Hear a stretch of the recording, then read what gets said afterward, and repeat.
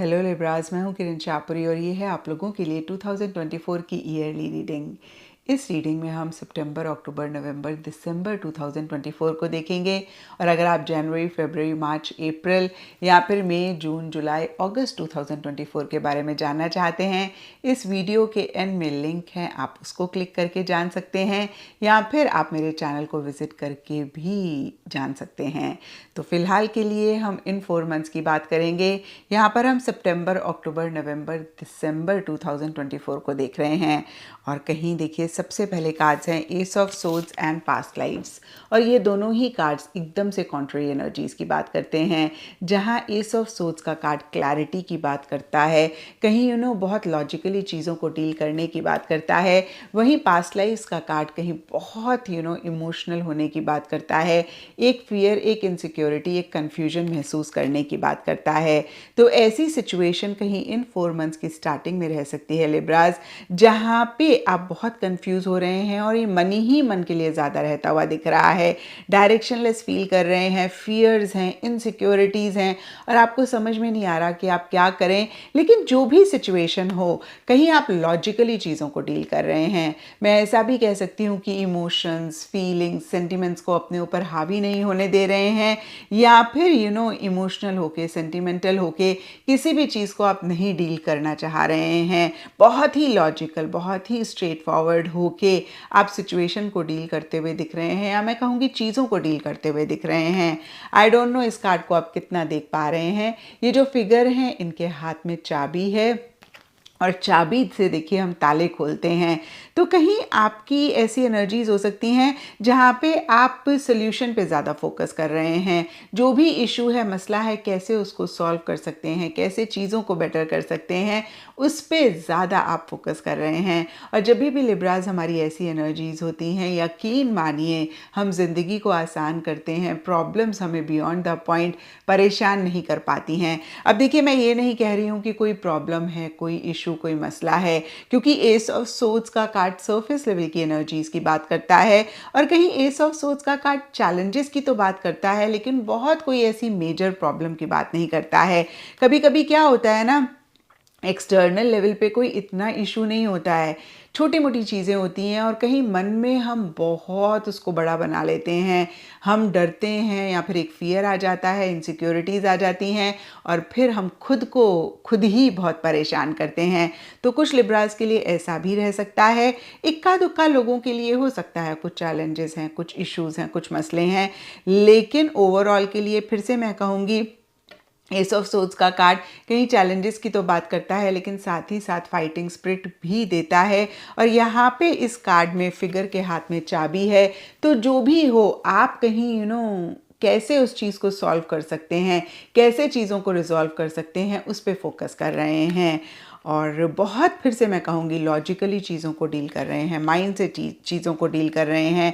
Love, प्यार, मोहब्बत कुछ भी इस टाइम पे आपके ऊपर हावी नहीं हो रहा है। अदरवाइज लिब्राज आप लोग बहुत पीस लविंग, बहुत ही लविंग, केयरिंग लोग होते हैं, लेकिन इन 4 मंथ्स की स्टार्टिंग में कहीं इन्हीं एनर्जीज को अगेन कहूँगी अपने ऊपर हावी नहीं होने दे रहे हैं।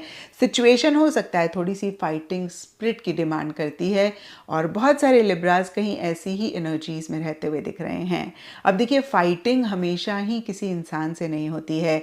कितनी बारी हम अपने नेगेटिव थॉट से फाइट कर रहे होते हैं, नेगेटिव बिलीफ सिस्टम से फाइट कर रहे होते हैं, कहीं सर्कमस्टांसेस, सिचुएशन से फाइट कर रहे होते हैं, सोसाइटी के जो धकियानूसी रूल्स होते हैं, sorry for using these words, लेकिन सोसाइटी के जो कोई ऐसे रूल्स होते हैं जो ह्यूमैनिटी के फेवर में नहीं होते हैं, या फिर ओवरऑल के लिए उनके कोई बहुत बड़े मीनिंग नहीं होते हैं, वो कहीं हमें परेशान कर रहे होते हैं, उनसे भी हमें एट टाइम्स फाइट करना पड़ता है।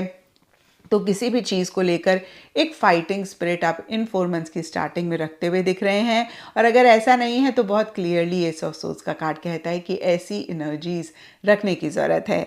अब देखिए, जो आपके मन के फियर्स थे इन 4 मंथ्स की स्टार्टिंग में, मन की जो इनसिक्योरिटीज़ थी, वो कहीं मिड ऑफ दीज 4 मंथ्स में सरफेस लेवल पे आती हुई दिख रही हैं। यानी कि रियलिटी में कोई एक सिचुएशन ऐसी आ सकती है जहाँ पे आप कंफ्यूज हो रहे हैं, आपको समझ में नहीं आ रहा कि भाई इस सिचुएशन में आप क्या करें, क्या डायरेक्शन लें। मून रात की बात करता है, रात को हम लोग देख नहीं पाते हैं और इसी वजह से शायद कंफ्यूज होते हैं और इसी वजह से कहीं परेशान भी होते हैं, फियर इनसिक्योरिटीज़ भी आती हैं। और देखिए मून की एनर्जीज़ को ठीक करने के लिए कहीं एस ऑफ सोर्ड्स की एनर्जीज़ बहुत बहुत इम्पॉर्टेंट होती हैं, कहीं एक लॉजिकल थिंकिंग इम्पॉर्टेंट होती है, कहीं इमोशंस और फीलिंग्स, लव, प्यार, मोहब्बत को थोड़ा सा साइड में रखना बहुत इम्पॉर्टेंट होता है। और कहीं देखिए स्टार्टिंग में तो आप कर पा रहे हैं लेकिन मिड ऑफ दीज 4 मंथ्स में उतने अच्छे से नहीं कर पा रहे हैं। मैं ऐसा भी कह सकती हूँ कि यही सारी एनर्जीज़, लव, प्यार, मोहब्बत, इमोशंस, फीलिंग्स कहीं आप पे हावी हो रही हैं। तो अगर आप चाहते हैं कि इन 4 मंथ्स को आप बेहतर करें तो मैं आपको यही कहूँगी कि एस ऑफ सोर्ड्स वाली एनर्जीज़ यानी कि लॉजिकली चीज़ों को डील करना, माइंड से चीज़ों को डील करना, एक फाइटिंग स्पिरिट रखना बहुत बहुत ज़रूरी रहेगा। डीपर लेवल के लिए गोइंग विद द फ्लो का कार्ड कहता है कि जो भी कन्फ्यूजन सरफेस लेवल पे है, कहीं डीपर लेवल के लिए आप हर चीज़ को ना लेट गो करते हुए, लेट गो भी कहीं राइट वर्ड नहीं है, कहीं आप यूनिवर्स पे सरेंडर करना चाह रहे हैं या फिर कर रहे हैं। गोइंग विद द फ्लो का कार्ड कहता है कि आप किसी भी चीज़ के लिए बहुत एक्स्ट्रा एफर्ट नहीं ले रहे हैं और कोई चीज़ आ रही है तो उसको ब्लॉक नहीं कर रहे हैं। कहीं जैसे आप अपने आप को ढीला छोड़ रहे हैं। यस, ढीला छोड़ना इज़ द राइट एनर्जी। और बहुत ज़्यादा अगेन कहूँगी किसी चीज़ के लिए एक्शन इनिशिएटिव्स नहीं ले रहे हैं और किसी चीज़ को रोक भी नहीं रहे हैं। जैसे चीज़ें आ रही हैं, जो हो रहा है आप उसी को लेते जा रहे हैं और शायद इसी एनर्जी की वजह से एक फियर इनसिक्योरिटी बढ़ रही है। और अगर ऐसा आप पाएँ लिब्रास तो ज़रूर इसको चेक करके करेक्ट करें, क्योंकि देखिए गोइंग विद द फ्लो वाली एनर्जीज बहुत अच्छी होती हैं and most of the times ये एक रिक्वायरमेंट भी होती है। ऐसी एनर्जीज में हम रहते हैं, चीज़ों को आसान करते हैं, लेकिन कभी कभी बहुत असर्टिवली खुद के लिए स्टैंड लेना, एक फाइटिंग स्पिरिट रखना जो कि हमने एस ऑफ सोर्ड्स के कार्ड में देखा था, एक लॉजिकल थिंकिंग रखना, माइंड से चीज़ों को डील करना और कहीं सॉल्व कैसे कर सकते हैं चीज़ों को, सोल्यूशन पे फोकस करना ही बहुत बड़ा हल होता है। तो इस चीज़ को आप ज़रूर इस टाइम पीरियड पे ध्यान रखें। And end of these 4 months के लिए S of pentacles, reverse and exhaustion के कार्ड्स कहते हैं कि एक नई बिगनिंग आप करना चाह रहे हैं, कुछ नया अपनी लाइफ में ग्रो करना चाह रहे हैं, कुछ नया क्रिएट करना चाह रहे हैं। अब देखिए ये सब लिब्रास के लिए डिफ़र करेगा। कुछ के लिए प्रोफेशनल फ्रंट से रिलेटेड हो सकता है, जो लोग जॉब करते हैं हो सकता है आप नई जॉब ज्वाइन करना चाह रहे हैं, कुछ के लिए नया प्रोजेक्ट हो सकता है, कुछ के लिए नई जगह हो सकती है सिंपली और कुछ के लिए नया घर हो सकता है। रिलेशनशिप की बात करें तो कहीं एक स्टेबिलिटी, एक सिक्योरिटी कैसे आए रिलेशनशिप में, उस पर फोकस कर रहे हैं। तो कहीं कुछ नया क्रिएट करना चाह रहे हैं, किसी भी लाइफ के एरिया में एक नई बिगनिंग करना चाह रहे हैं और इसी से ही रिलेटेड इश्यूज, मसले रहते हुए दिख रहे हैं। कुछ के लिए सिंपली हो सकता है कि कोई बड़ी परचेज़ आप करना चाह रहे हैं, या कुछ के लिए छोटी मोटी परचेज़ भी हो सकती है, वो आप करना चाह रहे हैं, उससे रिलेटेड इश्यूज, मसले हो रहे हैं। और एंड ऑफ दीज 4 मंथ्स में मनी, पैसा, मटेरियलिस्टिक, टैंजिबल चीज़ों से रिलेटेड भी छोटे मोटे इश्यूज, छोटे मोटे मसले रह सकते हैं। उतना एक कंफर्ट आप नहीं महसूस कर रहे हैं, या फिर मैं ऐसा भी कह सकती हूँ कि आपका खर्चा हो रहा है। तो देखिए खर्चा होना गलत बात नहीं होती है जब तक कि वो पॉजिटिव चीज़ों में, कंस्ट्रक्टिव चीज़ों में होता है। जब नेगेटिव चीज़ों में हो रहा होता है तो हम परेशान होते हैं। तो यहाँ पे देखिए कोई कार्ड ये नहीं कहता है कि नेगेटिव चीज़ों में हो रहा है, और ये जनरल रीडिंग है तो बहुत स्पेसिफिकली मैं आपको बता भी नहीं सकती कि आपका खर्चा किस चीज़ पे हो रहा है। लेकिन खुद से आप थोड़ा सा एक अवेयरनेस ला सकते हैं कि फजूल खर्ची ना करें, या फिर थोड़ा अपने आप को चेक कर लें कि जो भी खर्चा आप कर रहे हैं वो वाकई में ज़रूरी है, करने की ज़रूरत है तभी करें। अदरवाइज़ देखिए ये 4 मंथ्स की रीडिंग है, और 4 मंथ्स में भी एंड ऑफ 4 मंथ्स की ज़्यादा ये कार्ड्स बात करते हैं, तो बहुत कोई मेजर इशू या प्रॉब्लम या मसला नहीं होगा। छोटे मोटे इश्यूज मनी, पैसे से रिलेटेड, स्टेबिलिटी, सिक्योरिटी से रिलेटेड रहते हुए दिख रहे हैं, एंड जो भी नई बिगनिंग करना चाह रहे हैं उससे भी रिलेटेड रहते हुए दिख रहे हैं। और डीपर लेवल के लिए एग्जॉशन का कार्ड कहता है थोड़ा सा आप एक थकावट महसूस कर रहे हैं, आपको ऐसे लग सकता है बस अब थक गए, अब और हिम्मत नहीं है, अब और स्टैमिना नहीं है कंटिन्यू करने का, और फिर से कहूँगी एक थकावट महसूस कर रहे हैं। तो बहुत ग्रेट ये 4 मंथ्स नहीं जाते हुए दिख रहे हैं।